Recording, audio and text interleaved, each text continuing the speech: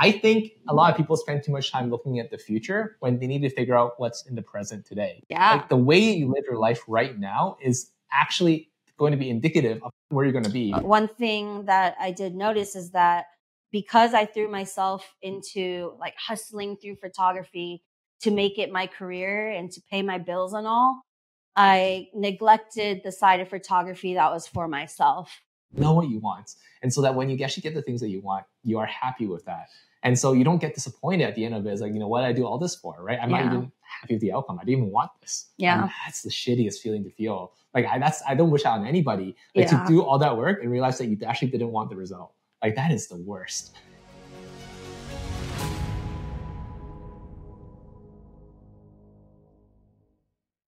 Welcome to the Level Up with Us podcast, where we talk about amazing perspective shifts that we've had over the course of our lives to hopefully give you a better chance to see that maybe things aren't so helpless where you're at, and there's many ways to see the situation. Today, we are in Japan with an amazing guest, Michelle, who's here to share with us about her perspective shifts with work.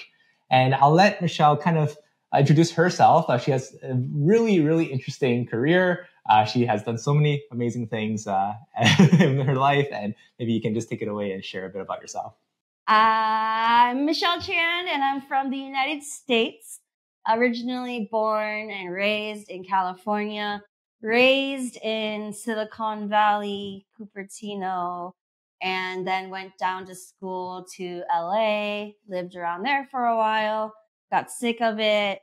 Was in a camper van for a bit, traveling around, figuring out my life, and then eventually ended up across the ocean in Hawaii. So now I live in Honolulu. I love Hawaii. Wow. And that's my geographic timeline. For work, I am a photographer. I've done photography for the past 7-8 years. And alongside photography, I also do college admissions consulting. Wow. That's so many things. And I think your background is so diverse. Like, I'm sure you've seen so many different, walks of life, so many different ways to live, from all the different places that you've been. Yeah. And I'm curious, so if you could describe work, what does the word work mean to you now? Work to me is things that make money, which is a very simplistic way to put it. But work I see as kind of the professional part of my life. That is a career. That is whatever my, I guess, income supplying life purpose is. Wow. I actually haven't really thought about what the definition of work is to me, but in a very simple way, that is how I would define it. Interesting. And Jess, how would you define work? What would be let's all define it maybe, and let's see where we're at. Yeah, I think work for me, along the lines of what Michelle said, is more on the ends of professionally, what are my skill sets that I can use to earn money? But I think as I've grown through the years, it's kind of changed, and I'm trying to find work that I would also be very happy doing every day, and that's exciting to me. But I still do see it a bit differently from Hobbies. So yeah, I think very aligned with Michelle's definition, where it's the income type of purpose, which actually very interesting question. I'll ask you later, but yeah, that is my definition of work. And what about you, Conrad? Yeah, I think I've been very lucky for the last 10 years. I've been doing things that I think I love doing, and it also pays me. So for me, the divide between work and play, for example, hasn't been so apart. And I think to some detriment too, right? I don't know how to stop working. It's always something I'm doing. If I'm looking at something, I'll start thinking about how does this connect to the things I'm doing and how can I share more about it. So I guess there's no really off time per se, but I've grown accustomed to the fact that I think I enjoy the things I do. So therefore, to me, work isn't such a dirty word anymore as it used to be when I was just getting to my first few jobs. Yeah, work sucked. I didn't enjoy the things I was doing, and it was a drag, right? Mm-hmm. And I think like you probably have a very interesting take now, Michelle, on like, work and play itself. And how would you differentiate both of them? Like, is work play to you or play is play? It's definitely a very blurry line between work and play, because work can feel like play can feel like work. I've had a very tumultuous relationship with my photography career, because I decided to turn what my play was into work while trying to keep it as play, but it also inevitably being work. And like what you said, not knowing how to stop, that was very much my life as a self-employed entrepreneur. And I'm sure all entrepreneurs can relate to that in some manner. So yeah, I mean, I think about work and play as two separate entities, but they're definitely extremely intertwined. I think one of the common themes I'm seeing in how you guys answer this question is that I guess because what you're doing and like your work, so to speak, is something that brings you a lot of joy and makes you feel fulfilled. So then would work be the wrong word for it? At least work as how a lot of people in society kind of understand it. Would there be like another word you guys would find more fitting for what it is you're doing? That's funny because I noticed, so with my photography career, it was definitely something like I loved doing and was super like trying to throw myself into every opportunity possible. And I remember for a long time, for years, when people asked me like, "Oh, what are you doing this weekend?" I was like, "Oh, I have a photo shoot, something like that, or I'm photographing a wedding."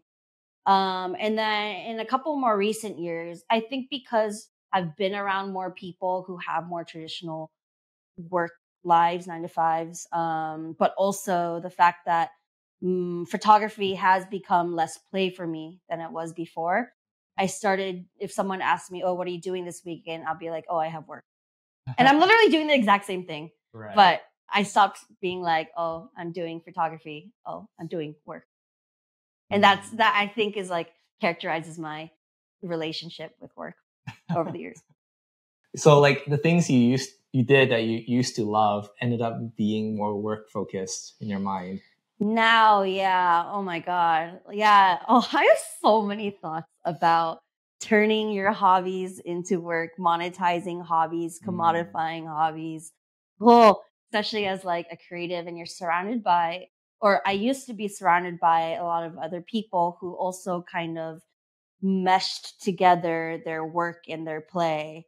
And, to an extent, like there's not even a division between your professional self and your personal self, especially in the creative field. Your personal self is part of your brand because your art is part of who you are as an artist. So zero division of anything, just one big work play. I don't know. Just life. Yeah. I think it's really interesting. Like, would you be advocating then for like a very clear divide? Would you want a clear divide instead of like, hey, everything I do in my personal life seems like it's going to affect work in some way? I can't advocate one way or another because everyone has different relationships with their work and their play and how they want to go about it. I don't regret at all going into photography and turning it into a career because it, helps me explore new types of photography. I got to do stuff and go places I never would have done or gone otherwise. But one thing that I did notice is that because I threw myself into like hustling through photography to make it my career and to pay my bills and all, I neglected the side of photography that was for myself. Because before, photography was always like, oh, I want to do it for fun. If I'm like not like done with homework, whatever, I like, well, I want to be editing photos like for myself. It's not going to anyone else. It's not for anyone else. But then all my photography that I started doing was solely client work. And I was just like taking on client after client after client. And it became photography for other people and not for myself, which I'm actually totally okay with. Like, I'm okay. I'm like more of like, I see it as like a customer service job kind of sometimes, photography, because I enjoy the type of photography that's for other people. But that distinction wasn't there when I first started because I didn't see photography for myself as different from photography for other people. And now that I've come to realize like what type of photography I really want to do, I can see how like the play kind of dissolved. Yeah, I've noticed a lot of kind of common themes where because I was like writing notes down and kind of trying to divide up all the adjectives you use, and it's very interesting because I think when things start as a hobby and you're playing is very fun for you. It's like in general for everybody, and it's more of like a personal choice that you want to do it. But then when you start to try to make it more income generating rather than a hobby, it becomes more work and it's like a professional skill. And I'm just thinking, is it inevitable that when you are trying to um, monetize like what you're doing as a hobby into something that's kind of turning into work, is it inevitable that without safeguards it just loses a lot of the original kind of like sparkle that you wanted to do it, right? And I don't know, because Conrad, I see you doing your quote unquote work, and you seem very happy to be doing it a lot of the times. But so in that sense, I don't think I've seen it lose the sparkle for you, and I'd be really interested to like see how you think of this. Yeah, I mean, like, I think you'd find different sparks, right? And I'm pretty sure it's the same for Michelle as well, is that I think at the beginning, like, different parts of the creative journey inspired me more. And as you do more of it, that, like, for example, if I was doing things solely for me, I wouldn't market it maybe, right? At the beginning, I was like very deathly scared of like, pushing out stuff to people, plugging things everywhere, like shameless plugging was something I was so scared of at the beginning because I was like, hey, if it's pure creative, right? And I was just doing it for me, then why do I need to share it in such a loud way, right? And why do I have to market it so hard? It took me a while to realize that, at least for this one, I mean, there's many, similar challenges I had as I went through it, but for this particular challenge, I was like, okay, actually, my creative endeavor is to share more of these ideas with other people. Like that is the creativeness, not just like I get to enjoy it myself, right? I could do a painting. I'm not an artist, but like if I did a painting, I think my analogy would be like, I'm not painting just for me to look at. I'm painting for the world to look at. And the only way for the world to see it is for my creative work to also include the sharing of it. So then, therefore, creating YouTube videos, right, pushing things online, hitting publish became part of the creative journey that I started enjoying as well, just as much as the, editing and the framing and the directing and the producing, like everything becomes part of it. But again, it took some time for me to be okay with that. I wouldn't say it was like an immediate like, aha, everything can be my passion. But definitely at the beginning, like I was like, this all seems very commercialization, and this seems very much like, the things I would do normally that would make me enjoy it. And it was hard for me to bridge both. And I'm curious about your thoughts too. I think for me, a lot of the creative journey is like entrepreneurship itself, like starting something from scratch, like from the ground up. And there's so many ways you can be creative in order to do that. And I think like at heart, I'm someone who like just likes to create new things. Like it's like not even just like creating photos, but just like creating a business, creating a brand, creating a service, like that is definitely, I think, what kept me excited and engaged with photography as a career.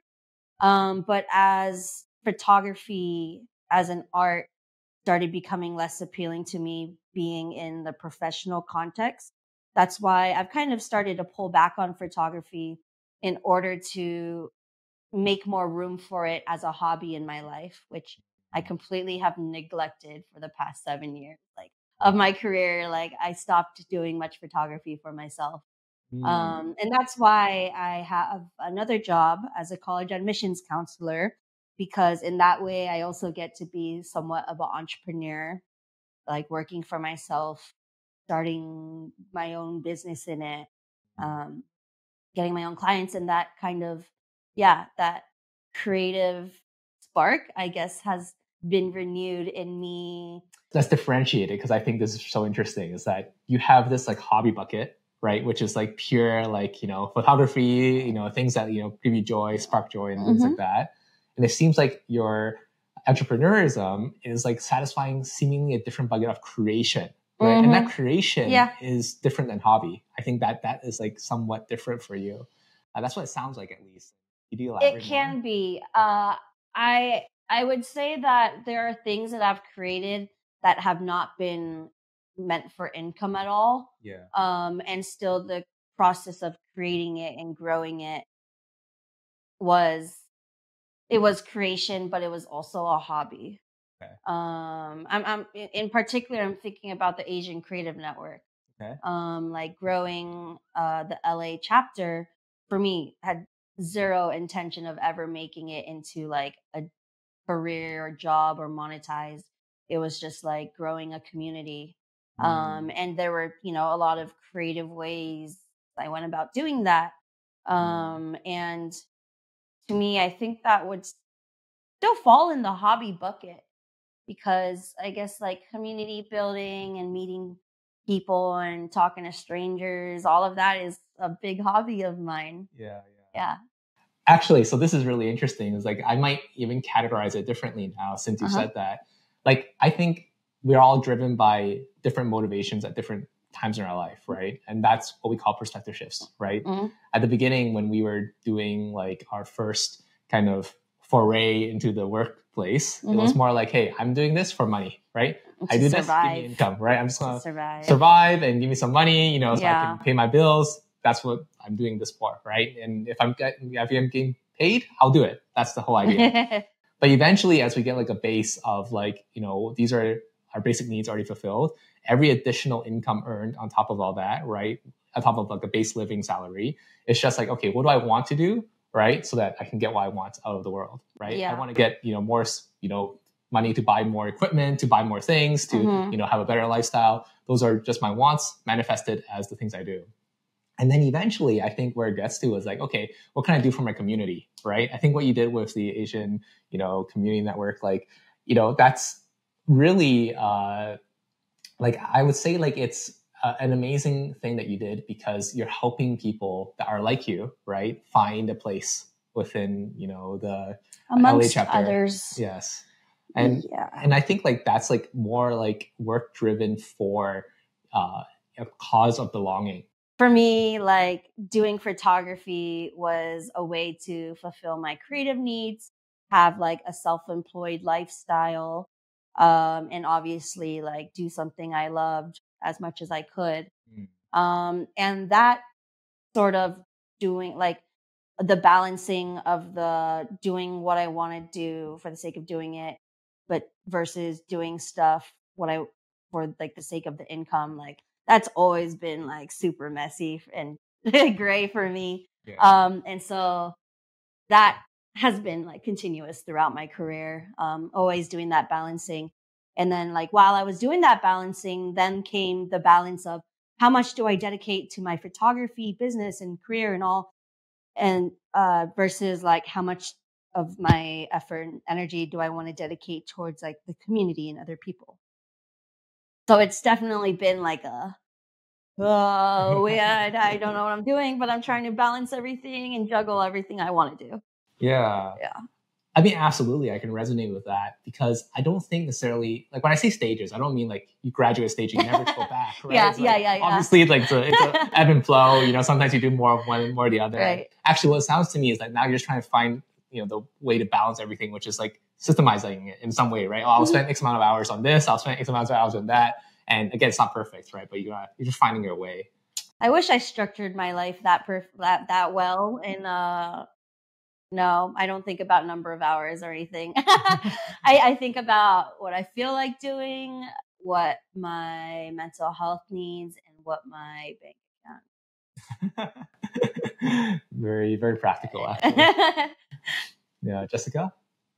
No, it's very interesting, because I think both of your work, like when you were explaining it, at least for me, it fell into a bucket of the very kind of like what people think a lot of creative work is about, so photography and kind of other content creation. Now, I'm from a background where like I'm doing research work in the sciences, and it's a lot, I guess a lot of people see it as not as creative. But I think over the past few months, I think I kind of noticed that, hey, we're not creative in the same way, but it doesn't mean we're not creating something new. So what I kind of realized that I do in my work is that we're writing a lot of manuscripts and papers all the time. And while the topic we work on may not be artistic per se, not always if it's just like the writing and not the figures, right? And then it may be very straightforward, but I think a lot of the times, at least I used to kind of discredit my own work for not being creative because I was like, oh, it's just science. I do like 1 + 1 = 2. Like it's very logical. I follow instructions and There's that's beauty in it. math. I think many people would say there's a lot of beauty in math. I mean, there is. Don't get me wrong. There is, especially when you're when you're proving new theorems or like you're coming out with new theories, especially in science.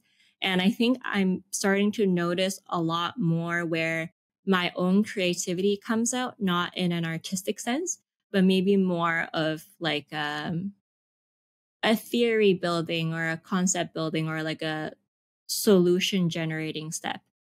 Because whenever I write or whenever I make any figures, or like just now, I was creating a practical guide for some of the research that I was doing.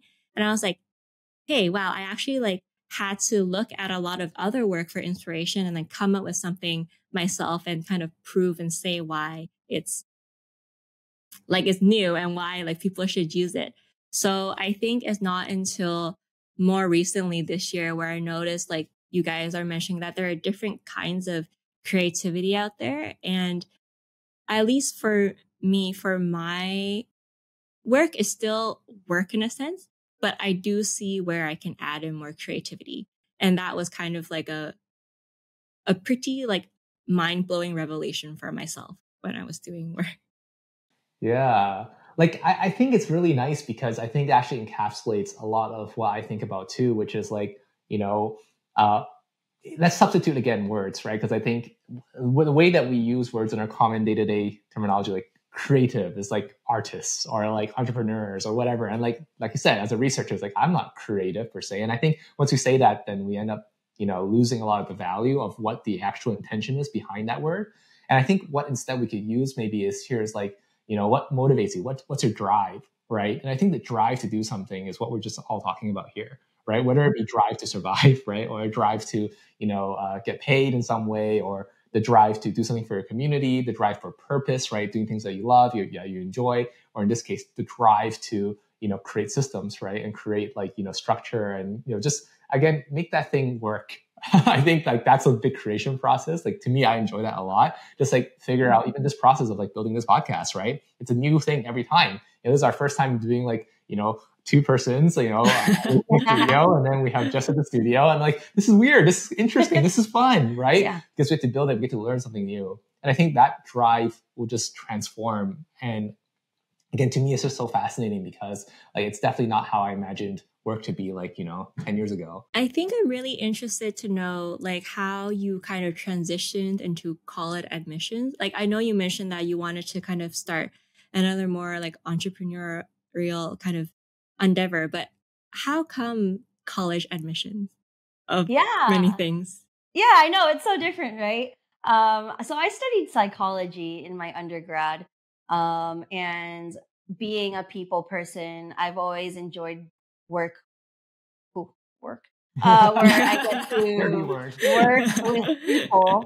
And photography was a way that I applied that, my like background in understanding people, while at the same time, getting to be artistically creative. Um, I- as for my college admissions counseling, it's actually always something that I've kind of been a little involved in and interested in even before the start of my photography career. For example, I worked in my college's admissions office. I started off as like just like a tour guide, and then I had a job with them as an interviewer, and that being something that's always been like something I like to learn about. It's always been there on the side, and I've done like more casual like essay editing kind of work because writing is another one of my creative outlets. Um, but over the years, slowly, as I've started to pull back on photography and not be 100% throwing myself into this one career, I've started to kind of elevate my college counseling career in that, no, I'm not just doing like the surface level essay editing kind of work, but I get to work more one on one, face to face with students, with families, in helping them figure out the whole process of what do I want to do after I graduate.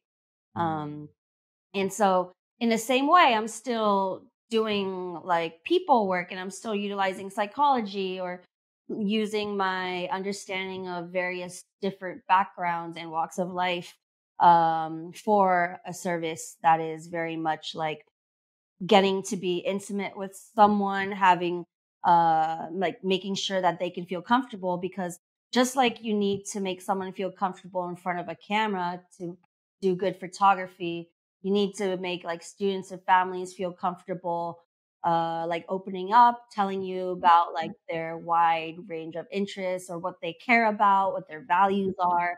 And so it kind of it's a totally different field, obviously. But I've used so many of the exact same skills that I've had from the start and that I wanted to utilize from the start, whatever I'm doing. I'm just channeling it now less into photography and more into college admissions counseling. That's amazing. And I'm also wondering when you were explaining, because at least my experience of kind of like university and college was to getting trained more so I can get a job and work somewhere. And then based on how you're explaining before about your very like interesting and intricate relationship with work and play, how does that kind of affect how you do that kind of college admission consulting? And do you think, like, what kind of advantages do you think it gave you having that perspective on it as well? Yeah, I think that a lot of students are, I mean, I work with a lot of high school students, right? High school seniors who are applying to their undergraduate years. Um, a lot of them really don't know what they want. And I mean, most of us didn't know what we wanted at that age either. I did not know. Um, I actually decided myself to go to a liberal arts college because it allowed me the flexibility to like declare my major 2 years in rather than declaring it from the start, and like having the ability to study a bunch of different subjects instead of committing to one at the start. Um, so I think like being sort of exploratory in my mindset, trying to stay open to different ways of doing things or different fields I could get into, that has allowed me to, I guess, give a more rounded perspective to my students on if what they want their future to look like, because maybe some of them do want to go to college for the pre-professional preparation. Like, they're going to college because they want to become like a doctor, or they go to college because they want the experience and the networking to become an actor or something. Sure, business. Yeah, sure, whatever it is. Sure. I'm kind of there to guide them and show them the options. And I think because I've seen so many different types of work, different types of lifestyles, I can help them be more exploratory and open-minded rather than just gunning for that path that's set in front of them to do what they think they want to do. When when you're 18, you've like barely seen anything. Like through public school, like they don't teach you about like a billion subjects that people end up loving and wanting to go into. So I'm definitely there to show them that like there's a lot you don't know, and there's a lot I want you to consider and think about. That's Yeah. beautiful. And absolutely, I think that's something that is missing in so many, like, I think, our high schools had, a college counselor kind of thing. Yeah, something like that. They really didn't give us a very good take on where our life could go. Like obviously they tried their best. I don't think they didn't try. The resources aren't there. The resources just aren't there. You have like one guidance counselor for like 600 kids, 800 kids. Exactly. and so that's why I think like, we at the foundation, we also work with a lot of students, right? And we see a lot of that where kids today like are so lost. There's an infinite array of options and there's infinite ways to see those options. Like you can Google, right? What to do, but actually getting exposure to that seems so difficult, and actually taking action on like, hey, I see this career path in front of me. How do I actually get there? Like that's so difficult for so many students out there, and they need a helping hand. It's scary, man. That's scary. And I think like something like is very interesting, and maybe this is where I can plug a sponsorship as well. But like this episode is actually supported by the COEX3 Family Foundation, specifically the COEX3 Toolbox, where we have a bunch of amazing tools and resources that help students and anybody be able to go ahead and find the purpose that they want in their life, to be able to organize and understand, what do I want to do, right? And how do I get there? And actually make that process enjoyable. Right? We all know how to play video games. We all have seen all those ways that games can catch our attention. And school doesn't do it in the same way, right? But what if it could? What if it could be as fun and as enjoyable as playing a video game? And that's what we try to do here at the foundation. We've created tools for you to really turn your life into a game and also find purpose, be intentional with the way that you want to pursue your dreams. So that people like Michelle can help you, guide you, and get you there. Life should be fun. Life should be fun. I just want for people to have fun with their life and like not worry so much about the end destination and just enjoy the process. As much as you hear that over and over in a billion different ways, like I want people to enjoy the hard parts of growing and like starting a business. Like it's not that fun when you have all these billion things to do and you're dying from overworking yourself, but it's fun because you're learning and growing and seeing so much of the world. And like, I mean, just like the process of like growing into like whatever you're going to be in the future, like, yeah, you don't know, but at least if you're gonna think about your future, think about your now in a way that's like preparing you for the future, because you need to focus on how you're going about your life, like day to day, because that's going to shape the kind of future you have based on how you approach your day to day.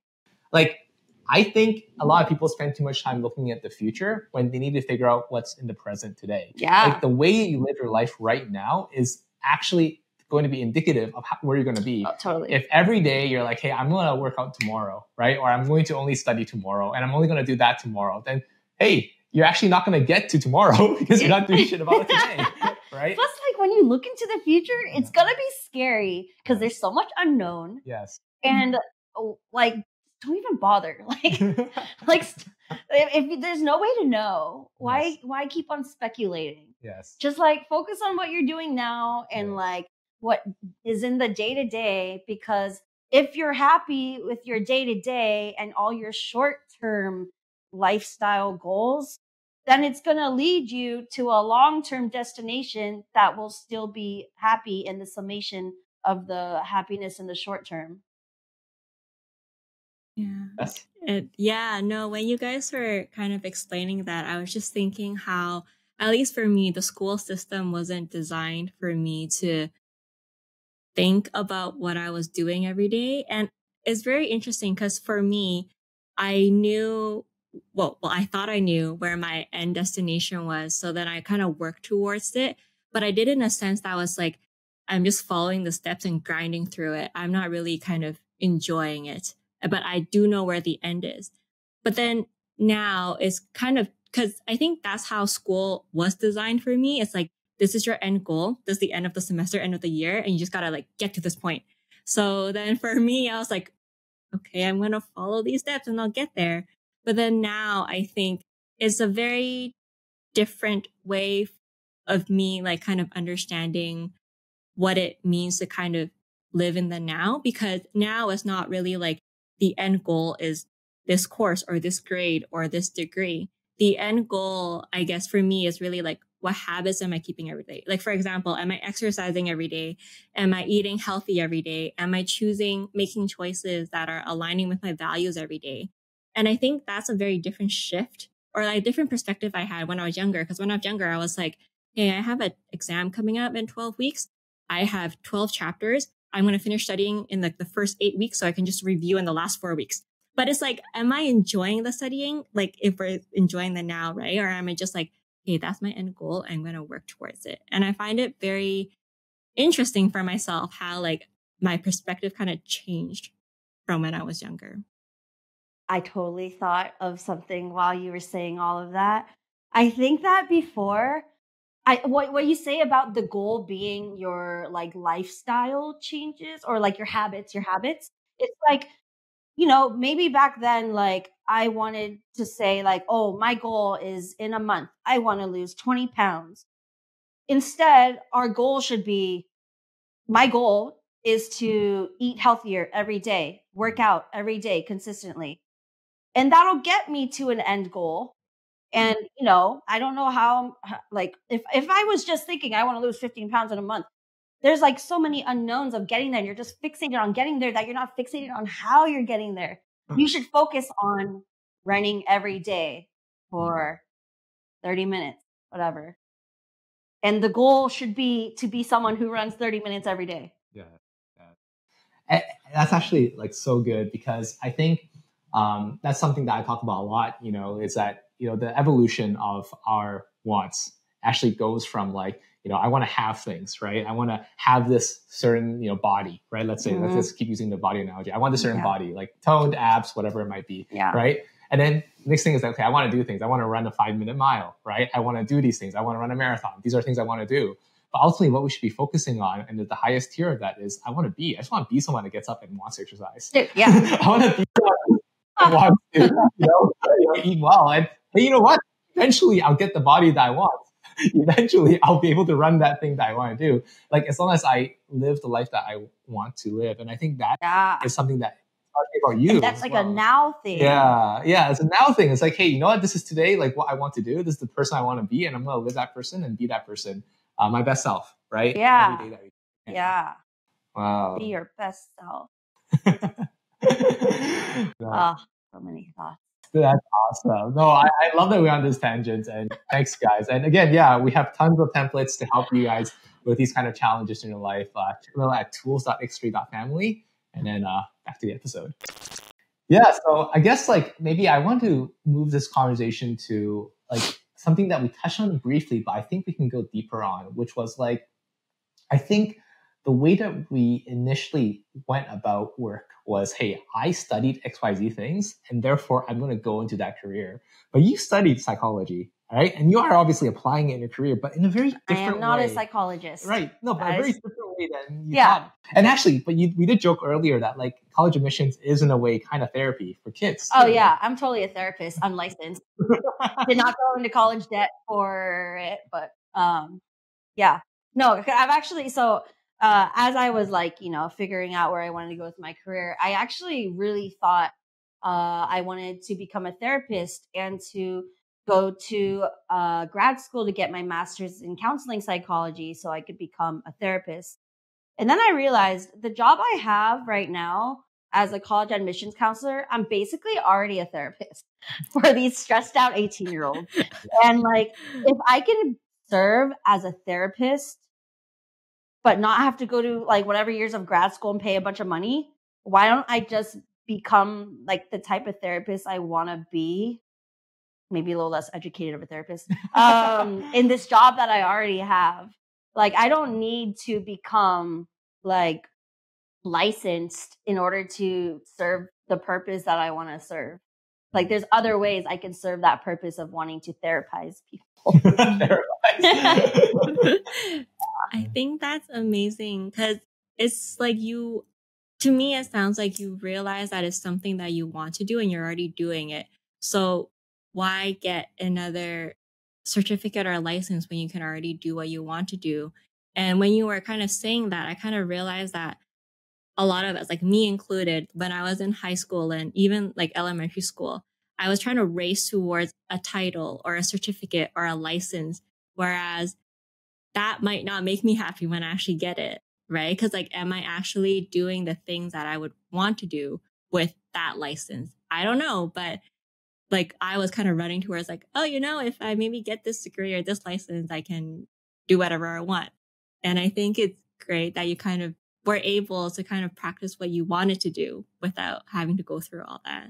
Yeah, because in order to get a license, I would have had to do with a lot of things I didn't want to do. And I'm not that good at doing things I don't want to do. I know that about myself. I'm actually really bad at doing things I don't want to do. But yeah, I realized that what I do want to do is like work with these students and like help them and make them think about themselves and their lives. And that's if I'm already doing that, like I'm happy with that. I'm also someone that's just like I'm easily satisfied. Okay, that sounds so bad, but like Why not bad? That's great. I don't know. Like Yeah. some people see it as and sometimes I have this internalized judgment of myself where it's like, why aren't you trying to grow in your career? Why aren't you trying to do more, whatever, escalate, get more degrees, be more educated? And I'm like so happy with what I do now. And I'm so happy to continue doing that. When I become unhappy about it, yeah, I'll change something about it. That's what I'm doing with photography. Like I was perfectly very happy doing photography for, this many years. And now that it's bringing me less joy, I'm going to go find something else that makes me happy and do more of it. I'm a very simple person. That's all. No, and I think that's great. Like, there's two things I want to say about that. One is that, like, I think people like literally work their ass off to try to get to a place where they can enjoy every day, like whether that be fishing on the dock or like, golfing at a range. I'm like, you found that, right? Yeah. And you don't need to go through like, 50 years of crap to be able to figure that out, right? Which I think, number one, amazing. And number two is like, this is something I think about often is like, whenever someone tells you, like, whether it be your inner critic or an outward critic, right, that goes on and says like, hey, why aren't you doing XYZ things, et cetera, et cetera, et cetera.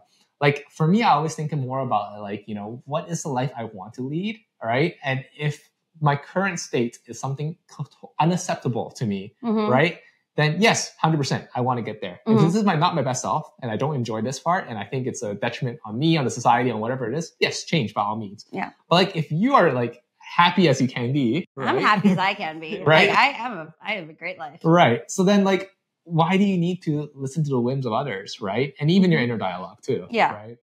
Yeah. And I think that in essence is something so interesting. And, and Jessica, we see all the time too, like even in our circle of friends or like the people we interact with, there's so many people that we see that say like, hey, I want XYZ thing, right? I want to do XYZ things. And then like, great, what's blocking you from doing that? And they're like, yeah, I got to do A, B, C, D, E, F, G, blah, blah, blah, and like 10 other things before they say they can do that thing, right? Which is the equivalent of like getting 20 degrees before you can actually do the job that you want. And like, yes, certainly there's some jobs that need a certification, right? Lawyer, doctor, whatever it might be. But like for the things that most people say that they want to do, I actually think you can do it immediately, right? You can make change in many different ways. You can, create the impact that you want in just so many different ways to do so. And especially when you talk about the whole creative aspect, like looping it all back together, right? Being creative doesn't necessarily mean you have to do things the way that people have said to do it all the time. It's that you can find a different way to tackle the problem and solve it your own way. Yeah, I think some people, like for the ones that are extremely goal oriented, sometimes I think that like they're more of people who enjoy the process of pushing themselves through crappy things. Like, like I don't know, like is that kind of what's the word? Like masochistic? Like where it's like you like people are happy to just like grind super hard and work super long hours and they actually get joy out of that because they like feel proud of themselves looking back on it or whatever. They like, making those steps, meeting those goals. I'm not someone like that. I don't find satisfaction in forcing myself to do things I don't want to do for the sake of doing so. And so I definitely used to like be someone who like was really into like hustle culture and always grinding and trying to move up all the time. And like that work hard, play hard culture. But in recent years, I've definitely shifted to a mindset of more work easy, play easy. That's how I choose to live my life because I'm not someone who finds fulfillment out of pushing myself just like to push myself necessarily. Like I find fulfillment out of very simple things like my dog. Mm. I find like fulfillment and happiness in being outside. And like, yeah, maybe like because I don't work as hard, make more money, I can't go on like extravagant vacations to like, I don't know, whatever mansions in Bali or whatever trips to Antarctica. I don't know. Like, yeah, those would be cool, but the sacrifices it takes to get there, those are ones I'm just not willing to make because I can be happy like staying home. Well, I mean, if home is Hawaii. Hard to complain. Yeah. But I think in general, like I absolutely agree. Like I think people have different definitions of success, and like you said, like that changes over time. At some point, hustle culture was resonating with you, Yeah. and eventually you shift out of that, right? Yeah. And I think what's really good is that everyone should strive to understand yourself a lot more. So you know what you want, right? Yeah. We're not here to tell you what you should do, right? If you want to go and get the milestones you want in your career and that satisfies you and makes you happy, by all means do that, right? I think that is wonderful, right? But know what you want. And so that when you actually get the things that you want, you are happy with that.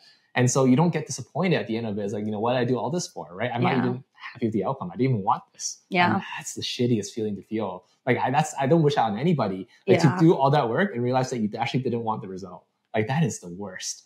And I think, everyone has had that experience in some shape or form, whether it be just back in school, right? Or in the workplace or when you're pursuing your creative endeavors. But my one thing, if I could share, is just try to understand yourself. And the first place we go with is ask yourself, what makes you happy? What truly makes you happy? I'm not saying like momentary dopamine hits, by the way, like that's different. Like, yes, maybe having a party lifestyle makes you super happy and in that sense. But like when you wake up the day after, like, are you like, oh, what the fuck did I just do? Or are you like, oh yeah, I literally like that. Let's do it again. If you are that, then great, do it again. But like, if you have any inkling that wasn't exactly what you enjoyed, maybe try doing something different, right? Yeah. And I think in terms of like the work-life balance thing too, I think an important question to ask yourself is, how expensive are the things that make me happy? Because I work easy because I play easy. I like inexpensive things. Like say when I travel, I only travel to countries that are like cheap and affordable. I'll stay in hostels. I will not be eating out at restaurants all the time.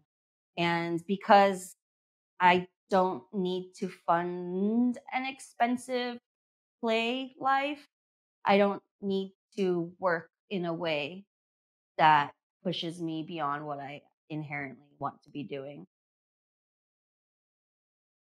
And Jessica, like, what will be your take on work blank, play blank? What's your? I in university, I think a lot of the people I interacted with did work hard and play hard, and I felt like I also needed to do that. But what happened was I worked hard, but I didn't know how to play hard. So it just became work hard, play blank. So it kind of just became burnout and like exhaustion for me. And I think now, at least what works best for me is not work hard, play hard, or work easy, play easy. I think is for me at the moment is more like setting up a system where I get all the work that I need to get done kind of finished. And then all the remaining time that I have, I can use it to kind of just recharge myself and just enjoy the time. And that's not to say I don't try to schedule time for myself, because I think that's really important for me to do. But I think it's me being more kind with myself and knowing that, hey, this is a work I need to do and I need to get it done. But I'm going to schedule in self-care time. And if I get more of it, that's a bonus. But if I don't get any of it, then maybe next week I should schedule my time better to get some of that. Because I think now I kind of recognize my own patterns where I'm starting to burn out a bit more. And I'm like, okay, that means this week I need to schedule a bit more time for myself. And then on other weeks, I'm like, hey, a project deadline's coming up. I need to like grind a bit harder. And that's also okay.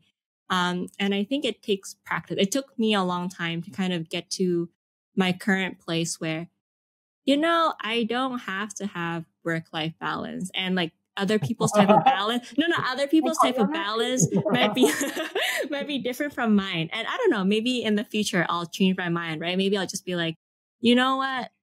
I don't want to work anymore. I just want to play. I don't know. But at the moment, I think what works for me is just kind of integrating my work and my play. And then sometimes there'll be more of one or the other. And it's okay, I think. Mm-hmm. So work enough, play the rest. I think work when you need to. Play when you can. Play as much as you can. Work when you need to. Play to love yourself, I think. Aww. Yeah. That's nice. Yeah. That's nice. Yeah. I think for me, like it's been really interesting. Like I actually had this quote on my phone wallpaper for the longest time. It's work hard, play harder. And but what I realized was that burned me out so bad. Because working hard is already burnout, but playing harder is work. You can burn out of playing. Like really, like I had this thing where like, oh yeah, I would study like 10 hours maybe, right, for a test. And then because I want to play harder, I'm going to play 20 hours of video games. I don't know if you can really quantitatively. And not having sleep was terrible. So I think nowadays, maybe somewhat similar to Jessica, like, again, I mentioned at the beginning of this podcast, like work and play like are kind of inseparable for me nowadays. So it's not exactly work or play, but it's more like, hey, do what I can every day, right? Just enjoy it and just keep doing things I enjoy and, push myself when I need to, right? Because I think there are some things that, your brain's going to tell you, don't do it, but it's good for you in some shape or form, right? So I'm going to do those things anyways. I think that's good growth that I want. But I think, do what I can, my best, I think is good enough. And I think that's something that took me a long time to accept, that like my best is good enough. That sentence itself is, so easy to say, but so hard to accept. And I think, the more we can say it to ourselves and to each other, I think the happier we will be as people. Yeah. And I think that kind of wraps up the podcast. I mean, is there any last thoughts that you guys have that you wanted to share about the whole idea of relationship with work? Maybe we'll have Michelle share first, and then Jessica can close this off. I'm very happy with my work and my play and my life in general. I'm really, can't complain. I have a good life. I've figured out, I think I've figured out what I need for myself and what type of balance I want. And as of right now, it's working for me. I'm going to stick with it until it doesn't. And then I'll do something different. That's awesome. But I'm not going to think about that because I'm in the present. Thanks. Same with Michelle's feeling that I think right now what I'm doing currently works for me. And I think what's important for myself is just to be aware that when that does change, just recognize that like it's okay. We can just try again to see what works better next, and to not feel too bad about like, hey, I had the system set up and like I should have followed it, but it didn't work. So I think it's just me being kind to myself and just experimenting again. Yeah, sometimes things don't work. It happens. I love that. And I think this is a great closer to all this, because I think absolutely the whole idea here is that, it's all just a perspective, right? Our perspective is our reality today. That can change tomorrow. Hell, that can change in a minute, right? We have an aha moment and things change again. And we're like, yep, I think differently now. Yep. And that's okay, right? Yep. Love yourself through every change, right? And don't hate your past. I think sometimes we tend to hate our past. We're like, how come we thought that way? How come we have done things that way? Yeah. And I think that's doing yourself a disservice, because you did your best with the information you knew then. And that's all you could do, right? You did your best. And yeah, I think with that, thank you guys so much for joining us.